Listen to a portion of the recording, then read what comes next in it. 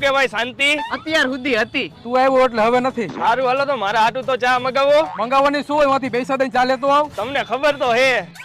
આ મોટા એક ચા લેતો આવજે. ઓકે બીજું કાંઈ?